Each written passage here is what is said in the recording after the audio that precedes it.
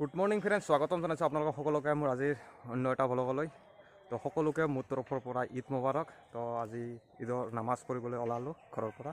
তো ঈদগাহ ময়দানত যাই কিনে আপোনালোকক দেখুৱাইছোঁ ঈদৰ নামাজ পঢ়াৰ দৃশ্য। তো চাই থাকিব গাইছ, এতিয়া সেই ঈদৰ নামাজ পঢ়িব ওলোৱা যেন লাগিছে আৰু তো চাই থাকিব, দেখুৱাই আছোঁ। আৰু গাইজ এমাহ ফুল ৰোজা কৰাৰ পিছত আৰু ঈদগাহৰ মাঠত নামাজ পঢ়ি কেনে ঈদৰ নামাজ পঢ়ি কিমান মজা লাগে আপোনালোকে গমেই পায়। তো আৰু সকলোৱে একেলগে আমাৰ গাঁৱৰ মানুহখিনি আৰু ওচৰ চুবুৰীয়াৰ মানুহখিনিও আহি কেনে এখন ঈদগাহ ময়দানত যেতিয়া ঈদৰ নামাজ আদায় কৰা হয় কিমান মজা লাগে এবাৰ ভাবি চাওক।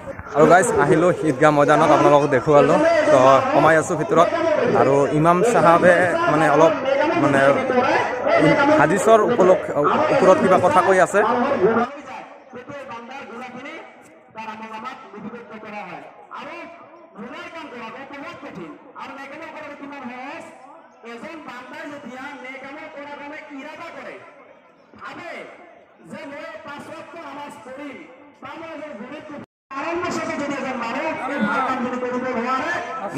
ওয়ালাইকুম আসসালাম।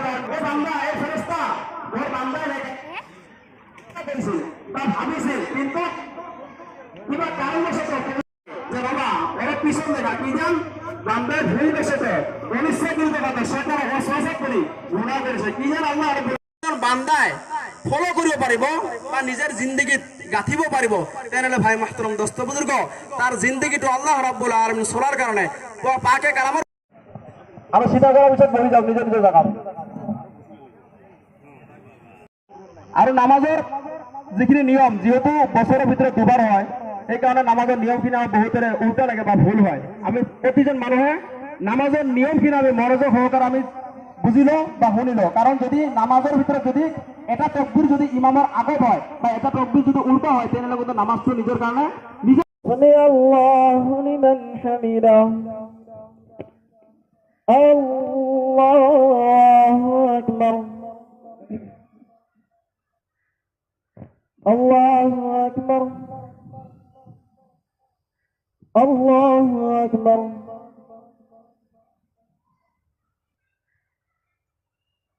আল্লাহু আকবার।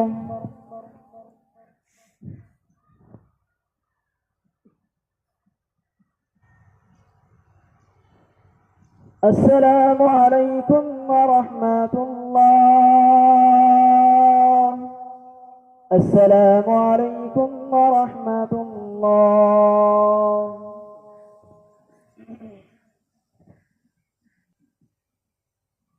اللهم امين. اللهم انت السلام ومنك السلام، تبارك يا ذا الجلال والاكرام. رب ارحمهما كما ربياني صغيرا، رب ارحمهما كما ربياني صغيرا. ربنا آتنا في الدنيا حسنة وفي الآخرة حسنة وقنا عذاب النار. وصلى الله تعالى على خير خلقه محمد وآله وصحبه أجمعين برحمتك يا أرحم الراحمين.